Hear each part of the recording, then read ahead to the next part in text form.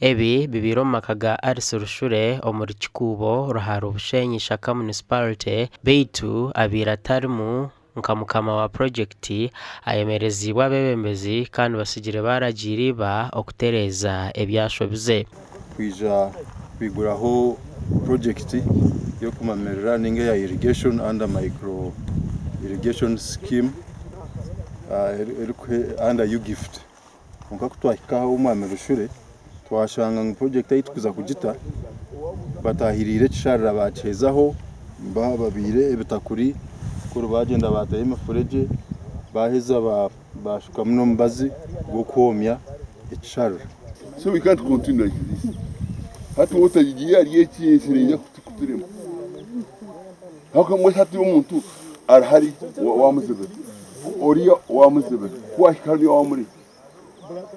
Asobso buzina yabuye.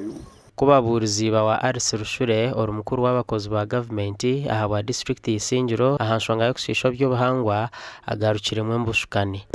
Iki tukutunga muna mugugu kandi kenenye ndo nanko mugugu go kumara kingo ata wa client kwese konke iki cyaiza kumusha nobiya muta kufupa mu urubuze ninogo muri tanko buze ndeshi Ruya bitwaza kwinga ntinge jentinge yabamaho.